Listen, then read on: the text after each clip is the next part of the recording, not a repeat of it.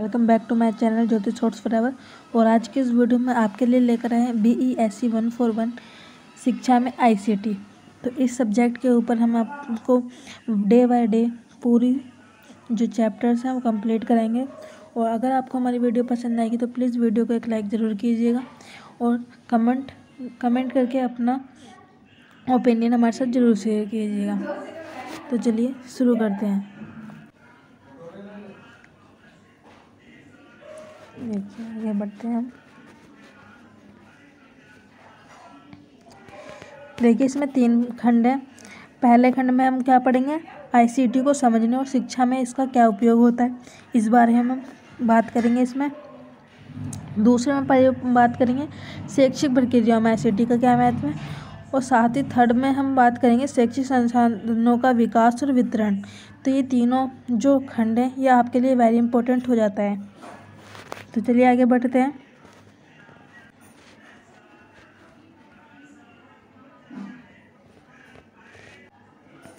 Friends देखिए पहले खंड में जो है 3 यूनिट्स हैं, 3 इकाई हैं। फिर जो है इसमें देखो पहले यूनिट में हम पढ़ेंगे सूचना और संचार प्रौद्योगिकी का परिचय, यानी कि ICT क्या होता है उसके बारे में पूरा विस्तार से बताया जाएगा कि इसका शिक्षा में किस तरीके से उपयोग किया जाता है एजुकेशन में। फिर इसके सेकंड में देखिए कितने टॉपिक्स दिखाए गए हैं यहाँ पे। फिर इसके सेकंड में भी आपको देखने को मिलेंगे 5 यूनिट्स। तो ये 5 यूनिट्स आपको यहाँ पे कवर कराएंगे। फिर इसके साथ ही साथ इसमें आपको ये पता चलेगा कि जो शैक्षिक संस्थाएं होती हैं उस पर जो ICT का जो महत्व है उसको किस प्रकार से एकीकरण किया गया है उस बारे में आपको उसका महत्व बताया जाएगा। ठीक है, आगे बढ़ते हैं। और थर्ड खंड में आपको 3 यूनिट्स दिखने को मिलेंगे। और इस वाली यूनिट से भी जो एग्ज़ाम में क्वेश्चन बनते हैं। देखिए पहली यूनिट सूचना और संचार प्रौद्योगिकी का परिचय, कि जो ICT है वह क्या होता है इस बारे में हम पढ़ेंगे। तो इसमें जो वेरी इंपॉर्टेंट टॉपिक्स बनते हैं कि वो ये होते हैं कि पहली बात तो उसकी परिभाषा क्या है। फिर ये आता है कि सूचना और संचार प्रौद्योगिकी का अनुप्रयोग किस प्रकार होता है ना। तो यहाँ पर ये 2-3 जो इसके पॉइंट्स हैं ये इम्पोर्टेंट बनते हैं। तो चलिए आगे बढ़ते हैं। देखिए परिचय कि सूचना और संचार प्रौद्योगिकी यानी कि ICT शब्द शिक्षा के क्षेत्र में बहुत लोकप्रिय है। यह कुछ नहीं अपितु सूचना और संचार हेतु प्रौद्योगिकी है। आप जानते हैं कि शिक्षा में सूचना और संचार प्रौद्योगिकी का उपयोग दिन प्रतिदिन बढ़ रहा है। आप देखते होंगे कि एजुकेशन में जो है कुछ ना कुछ नया दिखने को मिलता है, डेवलपमेंट होता ही रहता है। सूचना और संचार प्रौद्योगिकी का उपयोग विभिन्न कार्य जैसे शिक्षण, सीखने, मूल्यांकन, प्रबंधन, व्यावसायिक विकास आदि के लिए किया जाता है। ठीक है, जो सूचना और संचार प्रौद्योगिकी यानी कि ICT जो है इसका उपयोग जो है शिक्षा के क्षेत्र में प्लस उसमें सीखने के क्षेत्र में, मूल्यांकन करने के क्षेत्र में, व्यावसायिक रूप से ये हर उसमें दिखाई देता है। सूचना और संचार प्रौद्योगिकी का उपयोग पारंपरिक उपकरणों जैसे ओवरहेड प्रोजेक्ट, स्लाइड प्रोजेक्ट आदि के साथ भी शुरू हुआ और फिर रेडियो और टेलीविज़न में स्थानांतरित हो गया था। इसका मतलब यह है कि पहले के टाइम पे क्या होता था, जो एजुकेशन में मतलब इतना वो विकास नहीं था, मतलब नॉर्मली हाथ से उससे कॉपी किताबें पढ़ जाता। लेकिन अब क्या हुआ, डेवलपमेंट हो गया। आपने देखा होगा स्कूल कॉलेज में क्या हो गया, बच्चों को कंप्यूटर प्रोवाइड कराने लग गए हैं। बच्चे कंप्यूटर की सहायता से पढ़ते हैं और डिजिटल बोर्ड आ गया है। तो ये सारी चीज़ें दिखाने को मिली है। आगे बढ़ते हैं, आगे चलते हैं। देखिए शिक्षा में जो इसका उद्देश्य है, इस इकाई के माध्यम से आप यह करने में सक्षम हो सकते हैं। सूचना और संचार प्रौद्योगिकी की अवधारणा को समझ सकते हैं। सूचना और संचार प्रौद्योगिकी पहलू नीतियों की व्याख्या करेंगे इसमें। तो सूचना और संचार प्रौद्योगिकी का अर्थ और परिभाषा, एक सेकेंड। देखिए आप ऐसी कक्षा की स्थिति के बारे में सोच सकते हैं जहां शिक्षक छात्रों को किसी भी अवधारणा विषय से संबंधित वीडियो कार्यक्रम देखने के लिए कहता है और प्रोजेक्टर का उपयोग कर छात्रों को वीडियो दिखाया गया है। अब ऐसे में क्या आप उन चरणों के बारे में सोच सकते हैं जो शायद टीचर ने किए होंगे, शिक्षक ने किए होंगे। तो शिक्षक ने क्या क्या क्या उसने ये बताया कि जब कोई टीचर छात्र को पढ़ाने के लिए जो उस पढ़ाने से पहले जो प्रिपरेशन करता है, प्लानिंग करता है, उसके बारे में बताया गया यहाँ पे। तो देखो, शिक्षक ने सॉफ्टवेयर की मदद से मोबाइल फ़ोन या कंप्यूटर का प्रयोग करके वीडियो तैयार किया होगा। उसे फिर शिक्षक ने कंप्यूटर, मोबाइल या पेन ड्राइव आदि के कहीं भी उस वीडियो को संग्रहित किया होगा, यानी कि इकट्ठा किया होगा। फिर उसके आगे क्या बोला इसने ना, वीडियो कार्यक्रम में प्रोजेक्टर, सोशल मीडिया उपकरण आदि का प्रयोग कर छात्रों के साथ साझा किया होगा। जो वीडियो था जो टीचर ने बनाया था पहले, तो क्या उसने किसी भी कंप्यूटर, मोबाइल फ़ोन की सहायता से उससे बनाया, तैयार किया, फिर उसको उसने संग्रहित किया होगा कहीं पे, या तो उसने कंप्यूटर में इकट्ठा किया होगा या मोबाइल में या पेन ड्राइव में, कहीं पे भी। फिर उसको क्या किया होगा, छात्रों के साथ साझा किया होगा किसी भी प्लेटफॉर्म की तरह, व्हाट्सएप, फेसबुक, किसी भी उससे उसने जो है छात्रों को वो वीडियो पहुंचाया होगा, साझा किया होगा। तो ऐसी कोई सूची, यह सूची संपूर्ण नहीं है, मतलब फिर उसने क्या छात्रों के पास गए, छात्रों ने उसे देखा होगा, समझा होगा, फिर अगले दिन वो क्लास में डिस्कस हुआ होगा।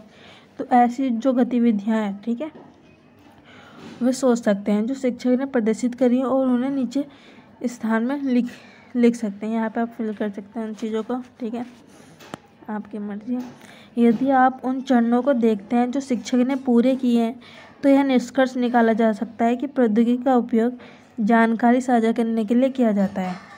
ठीक है, ये प्रौद्योगिकी के जो शब्द है, इसका मतलब क्या होता है, साझा करने के लिए, किसी भी चीज़ को साझा करने के लिए इसका यूज़ किया जाता है। ओके,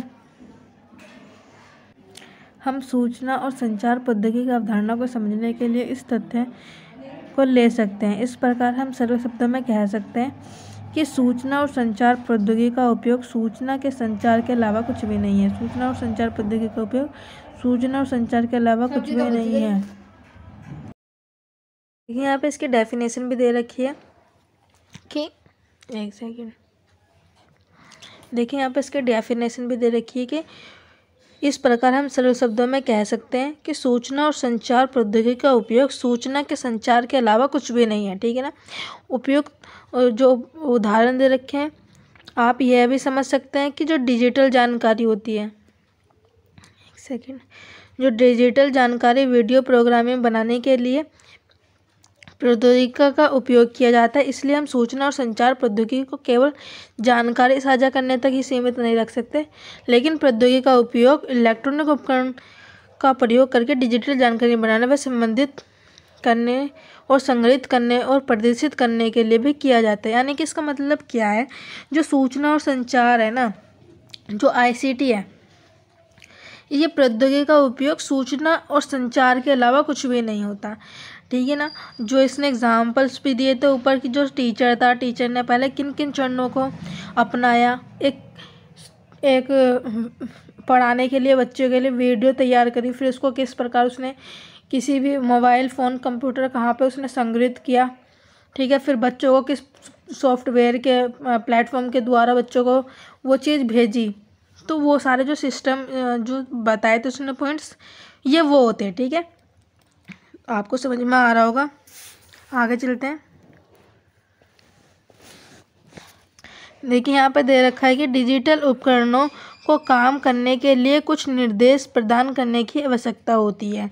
निर्देश डेटा या प्रोग्राम के उस सेट को डिजिटल उपकरणों को संचालित करने और विशिष्ट कार्यों को निष्पादित करने के लिए किया जाता है। एक सेकंड में ऊपर करती हूँ। देखिए, तो यहाँ पे इसने बताया, और जिस सॉफ्टवेयर का प्रयोग प्रोग्राम का जिस सॉफ्टवेयर या प्रोग्राम कहा जाता है, जिसे इसने ये बोला है कि जो डिजिटल उपकरणों को काम करने के लिए जो निर्देश प्रदान करने होते हैं उनकी आवश्यकता होती है। ठीक है ना। निर्देश डेटा या प्रोग्राम के उस सेट को डिजिटल उपकरण में संचालित कर लेता है और फिर उस विशिष्ट कार्य करने के लिए निष्पादित करते हैं। यानी कि जिस काम को ख़त्म करने के लिए हमें जिस एप्लीकेशन या सॉफ्टवेयर का कोई भी चीज़ यूज़ करते हैं उसे क्या कहते हैं, सॉफ्टवेयर कहते हैं। ठीक है। जैसे जो टीचर ने एक वीडियो बनाई थी जो टीचर ने एक वीडियो बनाई थी, उस वीडियो को उसने क्या करा, व्हाट्सएप या किसी भी चीज़ के उससे जो है उसने बच्चों को सेंड किया गया। तो जो जो ये चीज़ है, ये जो व्हाट्सएप है, ये क्या है, एक सॉफ्टवेयर है। तो किसी भी काम को ख़त्म करने के लिए जो चीज़ यूज़ की जाती है, जो एप्लीकेशन ऐप जो भी यूज़ किया जाता है, उसे क्या कहते हैं, सॉफ्टवेयर कहते हैं। ठीक है, आगे चलते हैं।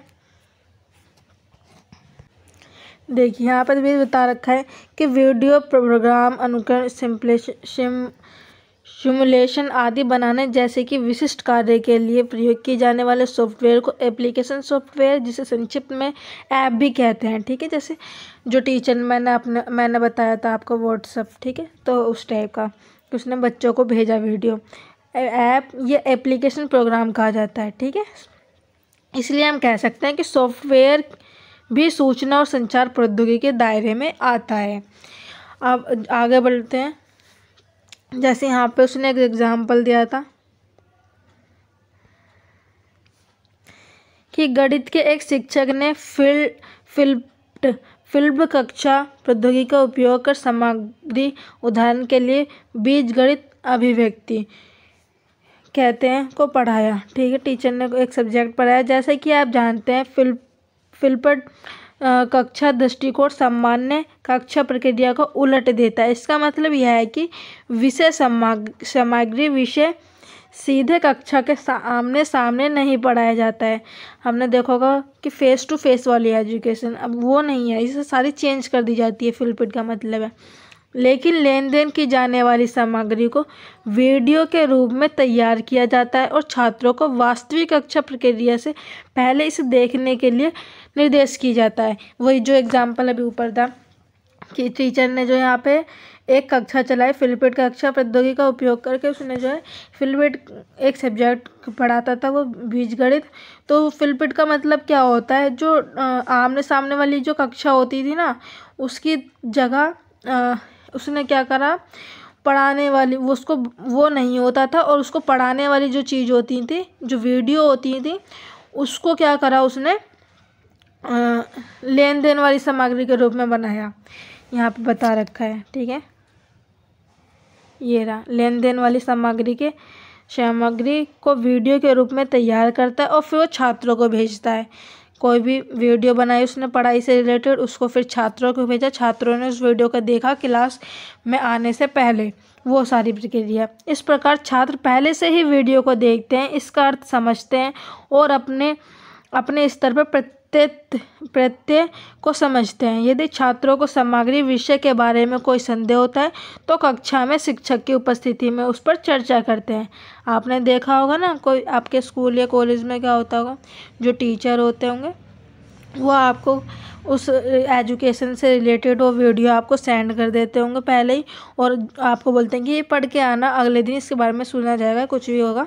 तो बच्चा क्या करता था, उसको पढ़ कर आता था घर से, फिर जब अगले दिन वो क्लास में टीचर उससे अगर कोई भी प्रश्न पूछता था तो बच्चा उसका आसानी से जवाब दे देता था, और अगर बच्चे को वो चीज़ नहीं आती थी समझ में तो अगले दिन वो जो था क्लास में टीचर से पूछ लेता था। तो ये चीज़ बताई गई है यहाँ पे।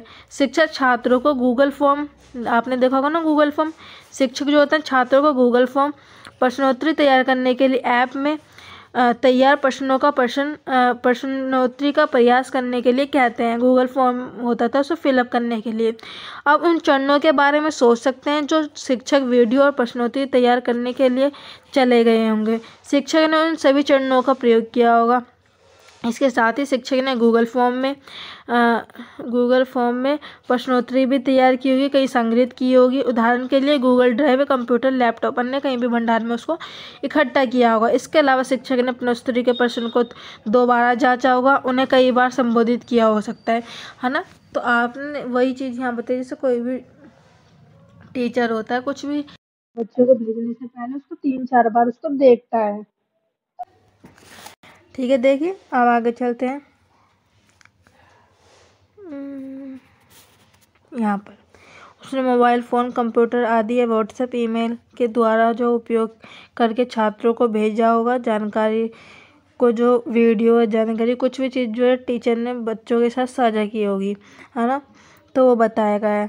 इसलिए हम इसे ICT कहते हैं। ठीक है, आपको बहुत अच्छे से समझ में आ रहा होगा, उम्मीद है। इसलिए सूचना और संचार प्रौद्योगिकी जानकारी बनाने, संग्रहित करने और साझा करने के लिए प्रौद्योगिकी है। उपयुक्त विवरण से आप समझ गए होंगे कि सूचना और संचार प्रौद्योगिकी में शिक्षा के क्षेत्र में बहुत बड़ी व्यापकता है। हालांकि यदि आप सूचना और संचार प्रौद्योगिकी का उपयोग करना चाहते हैं तो शैक्षिक पहलुओं पर भी विचार किए जाने चाहिए। यहाँ पे डेफिनेशन दे रखी है दो, आप डेफिनेशन को याद कर सकते हैं। ठीक है, आगे बढ़ते हैं। देखिए, सूचना और संचार प्रौद्योगिकी उन प्रौद्योगिकी को संदर्भित करता है जो दूर संचार के माध्यम से जानकारी तक पहुंच प्रदान करते हैं। ठीक है, आपने देखा होगा,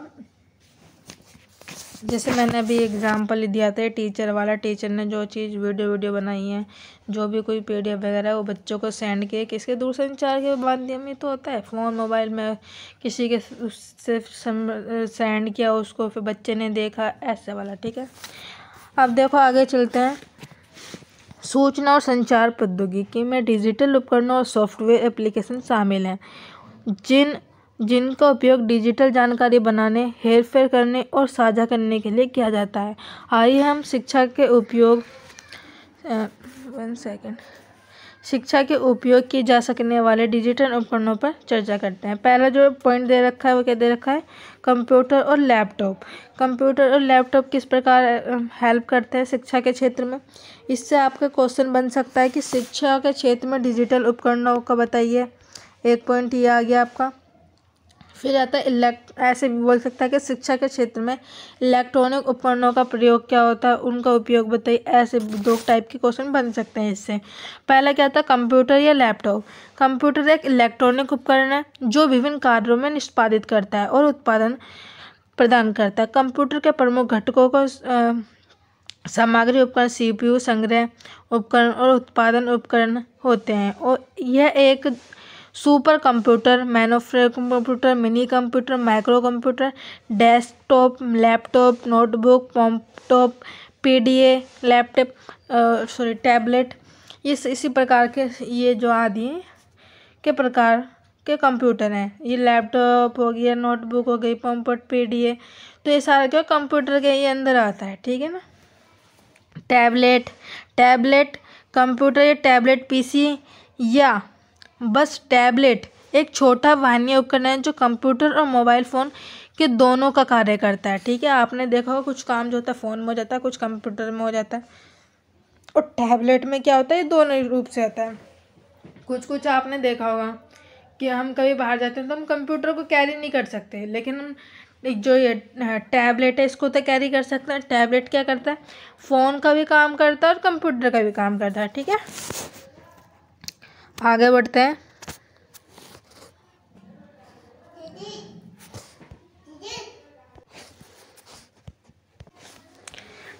हम अब आगे बढ़ते हैं तो टेलीविज़न जिसे संक्षिप्त में टीवी के रूप में जाना जाता है। टेलीविज़न को किसके रूप में जाना जाता है, टीवी के रूप में जाना जाता है।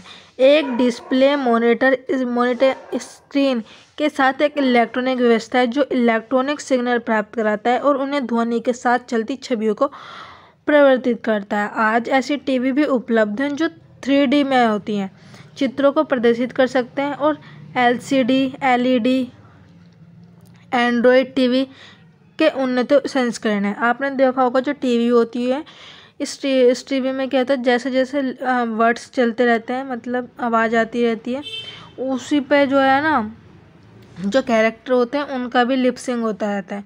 तो उस टाइप का जो है 3D में भी छवियाँ आने लग गई है ना। तो ये सारा बताया गया। टीवी भी कई प्रकार की आने लगी हैं।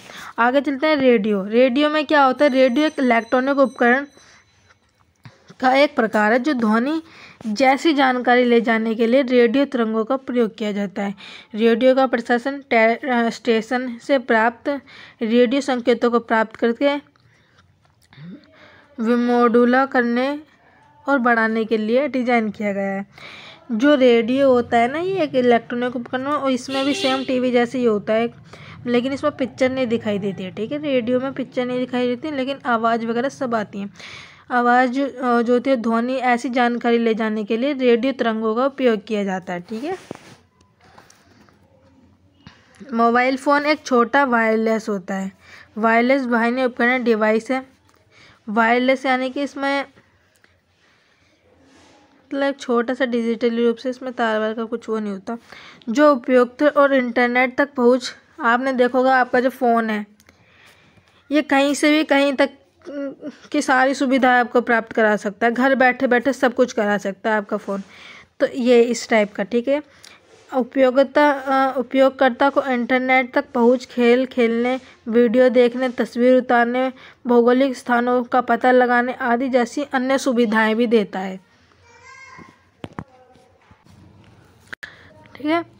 तो देखिए मैंने आपको मोबाइल जो है सारी घर बैठे सारी चीज़ें आपको उपलब्ध करा सकता है, एक ऐसा फ़ोन होता है। मोबाइल फ़ोन को वायरलेस फ़ोन, सेल फ़ोन या स्मार्टफ़ोन के नाम से भी जाना जाता है ना। आपने सोचा होगा, देखा होगा टीवी में सेल फ़ोन बोल देते हैं, वायरलेस फ़ोन बोलते हैं, स्मार्टफ़ोन बोलते हैं, है ना। तो ये सारी जो आती हैं, अब तो स्मार्ट वॉच भी आने लगी हैं। फिर आता है LCD प्रोजेक्टर। LCD प्रोजेक्टर जो होता है, LCD तरल क्रिस्टल डिस्प्ले का संक्षिप्त रूप होता है, ठीक है।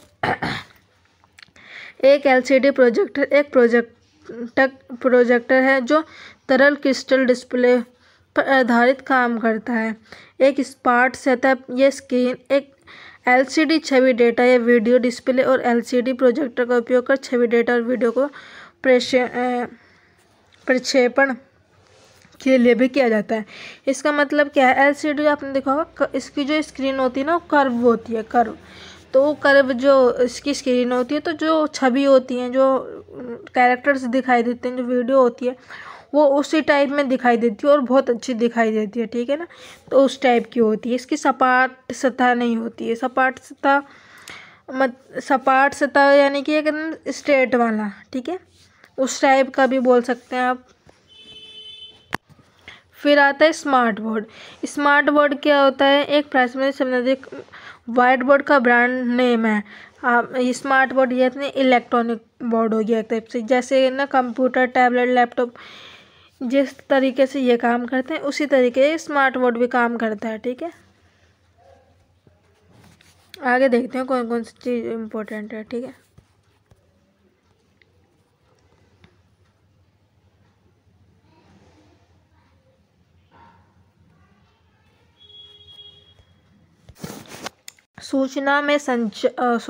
शिक्षा में सूचना और संचार प्रौद्योगिकी का अनुप्रयोग, यानी कि शिक्षा के क्षेत्र में सूचना और ICT का क्या महत्व है वो बताया गया है। इससे जो एग्ज़ाम में क्वेश्चन बनता है ये वेरी इंपॉर्टेंट आपके लिए बन जाता है, ठीक है। देखिए, आपने सूचना और संचार प्रौद्योगिकी की अवधारणा को समझ विकसित की होगी। अब हम शिक्षा में सूचना और संचार प्रौद्योगिकी के आवेदन पर चर्चा करेंगे। आप जानते हैं कि सूचना और संचार प्रौद्योगिकी ने शिक्षा सहित हमारे जीवन के सभी क्षेत्रों को प्रभावित किया है, यानी कि ICT ने हमारे जीवन को किस प्रकार प्रभावित किया है।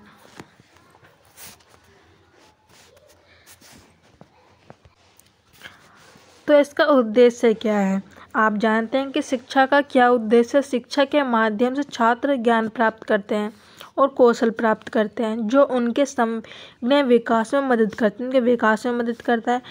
यह शिक्षण अधिगम, अधिगम का मतलब क्या होता है, लर्निंग से होता है। अधिगम का मतलब लर्निंग होता है, ठीक है ना, किसी चीज़ को सीखना, ठीक है। तो शिक्षण अधिगम गतिविधियों या शिक्षण प्रक्रिया में छात्रों को शामिल करने के माध्यम से संभव है, जिसमें शिक्षण अधिगम मूल्यांकन, शिक्षण अधिगम गतिविधियां का प्रबंधन आदि शामिल है। सूचना और संचार प्रौद्योगिकी को इन प्रयासों में लागू किया जाता है और शिक्षण अधिगम, मूल्यांकन, प्रबंधन, व्यावसायिक विकास आदि। आइए हम इनके विस्तार से चर्चा करेंगे। इसमें जो 3 पॉइंट्स दे रखे हैं, इसने जो ये बोला है यहाँ, इस लाइन का मतलब होता है, अधिगम का मतलब होता है सीखना। जब कोई सीखेगा, कोई काम करेगा बच्चा, फिर क्या टीचर उसको देखेगा, जो टीचर उसको चेक करेगा, मूल्यांकन करेगा, तो इस टाइप का, ठीक है। आगे चलते हैं।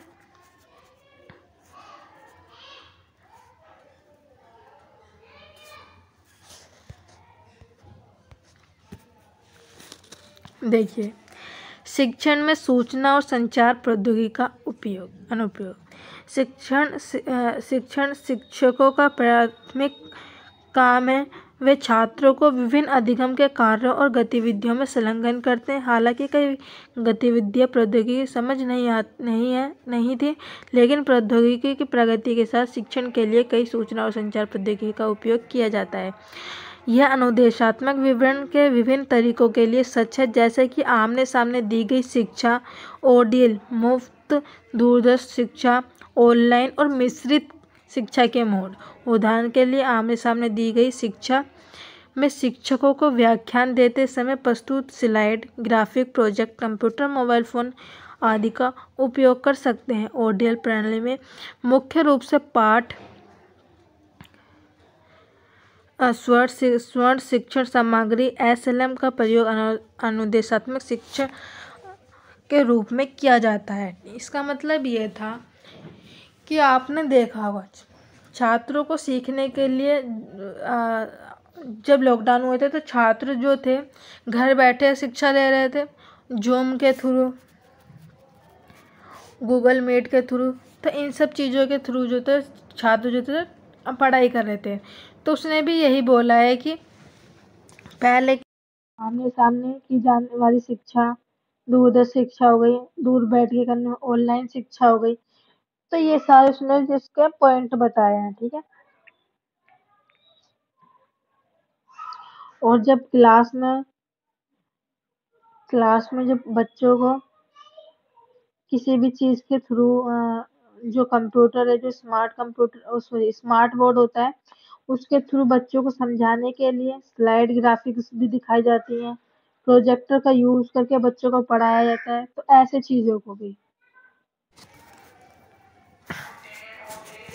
यहाँ पे इसने देखिए ये बोला है कि जो ई टेक्स्ट आजकल SLM डिजिटल रूप से तैयार किए जाते हैं कि डिजिटल संस्करण को इलेक्ट्रॉनिक टेक्स्ट ई टेक्स्ट कहा जाता है। ई ग्रंथ में web link, video link, QR code आदि पाठ के साथ जुड़े होते हैं और लैपटॉप, टैबलेट, कंप्यूटर आदि जैसे डिजिटल उपकरणों के प्रयोग से पढ़ाया जाता है। आपने देखा होगा कि बच्चों को जो होता है सॉफ्ट कॉपी होती है ना, ये जो बुक होता है, कुछ बच्चे होते हैं बुक लेते हैं, नहीं तो कुछ होता है सॉफ्ट कॉपी का यूज़ करते हैं, है ना। आपने वीडियो जो ये बुक्स होती हैं किसी भी मतलब आपने बुक में देखा होगा तो QR कोड के जरिए भी बताया जाता है। वीडियो लिंक हो गई एक तरीके से, है ना, ई बुक्स हो गई। तो यहाँ पे क्या होता है, आपको बुक प्रोवाइड हो जाती हैं इस टाइप का, है ना। तो जो ये मैं आपको वीडियो दिखा रही हूँ, ये जो पेज है ये क्या है, मैंने ई बुक से डाउनलोड किया गया है, ई ज्ञान कोश से डाउनलोड किया है। तो वहाँ से जब मैंने इसको डाउनलोड किया तो ये क्या है, एक सॉफ्ट कॉपी है आपकी। इसी तरीके से आपकी भी सॉफ्ट कॉपी होती है। जब शिक्षा के ऑनलाइन और मिश्रित मोड में ऑनलाइन व्याख्यान LMS, web link, open education research, QR जैसे विभिन्न ICT उपकरणों का प्रयोग किया जाता है। यही चीज़ है कि बच्चे पढ़ने के लिए सॉफ्ट कॉपी ये जो वगैरह होती हैं, ये सारे ई बुक से भी डाउनलोड कर लेते हैं, ई ज्ञान कोश से भी। और इसमें बच्चों को भी बहुत ज़्यादा हेल्प होती है और QR कोड बाकायदा बुक में दिए जाते हैं, तो उससे भी बच्चे की हेल्प की जाती है पढ़ाई में। फिर आगे बढ़ते हैं। दूसरा पॉइंट आता है कि अधिगम में सूचना और संचार प्रौद्योगिकी का अनुप्रयोग। अधिगम का मतलब क्या होता है, सीखना, लर्न, ठीक है, तो उसी से बात, है ना। जैसा कि आप जानते हैं छात्र विषय सीखते हैं और कक्षा में विभिन्न कौशलों और विकसित करते हैं, ठीक है। छात्र जो होते हैं पढ़ते हैं और कक्षा में अपने उस पावर कौशल को दिखाते हैं। आमने सामने अधिगम फेस टू फेस लर्निंग वाला। हालांकि छात्र अपने परिवेश से घर पर साथियों और माता पिता के साथ बातचीत के माध्यम से भी सीखते हैं। बच्चे जो होते हैं अपने घर पर रहकर जो होते हैं बच्चे जो होते हैं घर पर रह के अपने माता पिता से भी सीखते हैं, उनके बोलने, जो बच्चा जो होता है उसके सीखने की जो क्षमता होती है वो शुरू से ही बचपन से स्टार्ट कर दी जाती है। बच्चा जब जन्म के पश्चात जो होता है लर्निंग करना शुरू कर देता है। जैसे जैसे वो अपने माता पिता को देखता है बोलते हुए, वही वही सब वैसे ही वो बोलना सकता है। तो हमारी मातृभाषा जो होती है वो बचपन से ही शुरू हो जाती है, ठीक है ना। हालांकि छात्र अपने परिवेश और घर और साथियों में माता पिता से बातचीत आदि के माध्यम से भी सीखते हैं। इसके अलावा शिक्षक छात्रों और स्व अधिगम की गतिविधियों भी देते हैं। शिक्षक जो होते हैं बच्चों को कहते हैं होमवर्क देते हैं ना, घर से खुद करने वाला काम। तो स्व अधिगम का मतलब क्या होता है? खुद से सीखना। स्व यानी कि स्वयं, खुद, और अधिगम यानी कि लर्न, सीखना। तो स्वयं से सीखने वाला, ठीक है। ऐसे भी काम देते हैं। इसमें प्रोजेक्ट, होमवर्क, कार्यभार आदि भी शामिल होता है। ओडीएल छात्रों के मामले में सीखना ज़्यादातर स्व अधिगम होता है। ओडीएल यानी कि मुफ्त दूरदर्शन यानी कि, है ना, जिसे हम ओडीएल सीख रहे हैं। इग्नू क्या है? ओडीएल मोड में आता है, ठीक है। तो हम कहते हैं खुद ही तो सीखते हैं, वही चीज़ है। छात्रों को मुद्रित SLM या ई-टेक्स्ट प्रदान किया जाता है, ठीक है। बच्चों को क्या होता है? बुक मिलती है, या तो बच्चा बुक लेता है या तो सॉफ्ट कॉपी लेता है, ठीक है। आप छात्र उन्हें पढ़ते हैं और विषय वस्तु को समझते हैं। ऑनलाइन व मिश्रित सीखने में भी छात्रों को स्वाधिगम का अवसर मिलता है। आप यह भी जानते होंगे कि आज भारतीय कक्षा शिक्षण अधिगम के लिए कई रचनात्मक दृष्टिकोण का पालन करता है। रचनात्मक दृष्टिकोण में छात्र सीखने की गतिविधियों को संलग्न होकर दम पर विषय ज्ञान सीखता है और निर्णय करता है, ठीक है। तो यहाँ पे सारे मैंने बता दिए हैं, वही चीज़ें कि खुद से सीखने के बारे में, ठीक है सारा। नेक्स्ट पॉइंट पे चलते हैं अब। नेक्स्ट पॉइंट है मूल्यांकन में सूचना और संचार प्रौद्योगिकी का अनुप्रयोग, ठीक है। मूल्यांकन में सूचना और संचार प्रौद्योगिकी का अनुप्रयोग। मूल्यांकन का मतलब क्या होता है, पहले ये समझना जरूर है। मूल्यांकन का मतलब होता है एक तरीके से चेकिंग, ठीक है। एक तरीके से हम बोल सकते हैं मूल्यांकन का मतलब होता है चेकिंग। जैसे आपने बच्चे ने काम किया कुछ, टीचर ने फिर उसका क्या चेक करता है? मूल्यांकन ही तो करता है उस तरह का, ठीक है। मूल्यांकन शिक्षण अधिगम की प्रक्रिया का अभिन्न अंग है। शिक्षक शिक्षण के विभिन्न चरणों जैसे कि शिक्षण ने पहले, शिक्षण के दौरान, शिक्षण के बाद, ठीक है, छात्रों को सीखने की प्रगति की जांच होगी। पहले क्या होगा? देखो पहले क्या होगा, टीचर ने जो है किसी चीज़ को दिया होगा, बच्चे कुछ काम दिया होगा बच्चे को, या नहीं सॉरी, पहले टीचर ने क्या होगा उस चीज़ को समझाया होगा। फिर टीचर ने उस बच्चे को काम दिया होगा। फिर बच्चे से वो चीज़ पूछी होगी, तो वो ये सारा प्रोसेस उसको बताया जा रहा है, ठीक है। मूल्यांकन के रूप में विषय वस्तु के बारे में छात्रों को समझ व जाँच की जाती है। यहाँ पे देखिए, सूचना और संचार प्रौद्योगिकी का उपयोग मूल्यांकन के विभिन्न रूपों में संचालित किया जाता है। उदाहरण के लिए गूगल फॉर्म, क्विट, हॉट, पोथटेस आदि जैसे ऐप्स का प्रयोग करके शिक्षण के रूप में विकसित किया जाता है, ठीक है। आपने देखो जो टीचर्स होते हैं ना, वो बच्चों को पढ़ाने के बाद जो है गूगल फॉर्म देते हैं। अभी तो पता नहीं देते हैं, नहीं देते, हम FE वगैरह में देते हैं गूगल फॉर्म, ठीक है। तो FE और स्कूल में भी देते होंगे।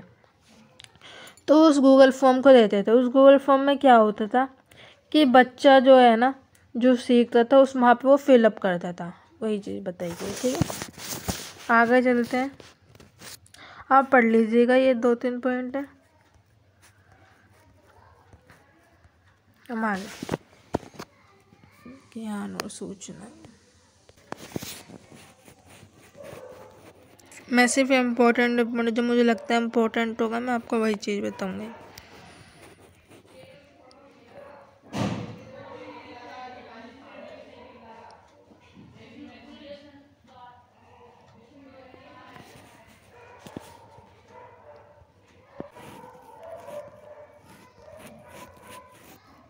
देखिए इस वाले QR कोड की उससे आप पढ़ सकते हैं, QR कोड दे रखा है, ठीक है। इससे भी आप स्कैन करके इस QR कोड को स्कैन करके राष्ट्रीय शिक्षा नीति के देख उसके बारे में पढ़ सकते हैं। ICT में हम पढ़ेंगे कि राष्ट्रीय शिक्षा नीति 2020, वेट। राष्ट्रीय शिक्षा नीति 2020। हाल ही में राष्ट्रीय शिक्षा नीति 2020 में शिक्षण अधिगम की प्रक्रिया में ICT का प्रभावी उपयोग के लिए विभिन्न रणनीतियों की सिफारिश की गई थी। यह नीति 4 भागों में स्कूल और उच्च शिक्षा से संबंधित विभिन्न योजनाओं को स्पष्ट करती है। भाग 1 स्कूल शिक्षा पर केंद्रित है। भाग 1 जो है किस पर है? स्कूल शिक्षा पर है, ठीक है, एजुकेशन, स्कूल एजुकेशन पर है, ठीक है, स्कूल एजुकेशन पे है। भाग 2 और 3 बाकी प्रमुख क्षेत्रों पर है और भाग 4 निष्पादित करने में है। भाग 3 जो होता है तीसरा तहत अध्याय 23 और 24 शिक्षा में प्रौद्योगिकी के उपयोग में है। नीति का प्रस्ताव है कि एक स्वतंत्र निकाय या राष्ट्रीय शिक्षक प्रौद्योगिकी मंच NEFT को स्कूल और उच्च शिक्षा दोनों के लिए सीखने, मूल्यांकन, योजना और प्रशासन आदि को बढ़ाने के लिए प्रौद्योगिकी का उपयोग किया गया। आप समझ सकते हैं एक तरीके से शिक्षा के क्षेत्र में तो शिक्षा से डेवलपमेंट ही है सारा, ठीक है, यही सारा है इसमें, और कुछ नहीं है।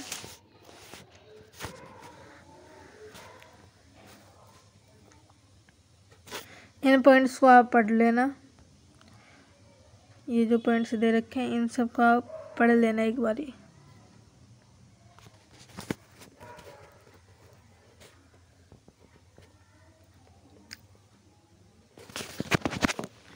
Operation digital board. Operation digital board मैं बताऊं तो आपने पहले देखा होगा कि जो बोर्ड्स होते थे, जो बोर्ड होते थे ना स्कूल या कॉलेज के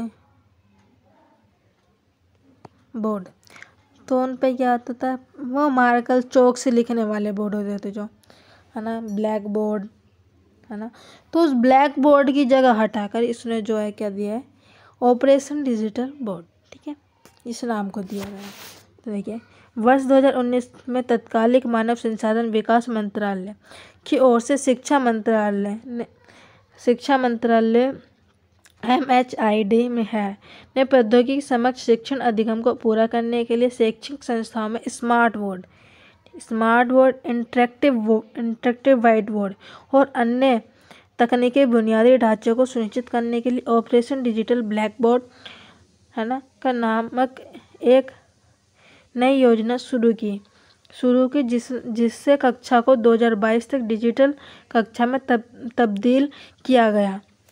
मैंने वही बताया ना पहले, जहाँ तो चौक बॉक्स से लिखने वाले जो बोर्ड्स होते थे उनकी जगह अब क्या आया है, डिजिटल बोर्ड आया है, ठीक है, डिजिटल बोर्ड। डिजिटल बोर्ड में क्या होता है, हाथ से ही लिख लेते हैं, एक पेन आता है ना, स्टाइलस उससे बोलते हैं, स्टाइलस उससे लिख लेते हैं। तो वो सारी चीज़ें हैं वहाँ पे, आप कुछ भी जैसे कंप्यूटर होता है, लैपटॉप कंप्यूटर होते हैं, उसी टाइप से वो भी वर्क करता है। ऑपरेशन उसको एक दिया है ऑपरेशन डिजिटल बोर्ड, ठीक है, आगे चलते हैं।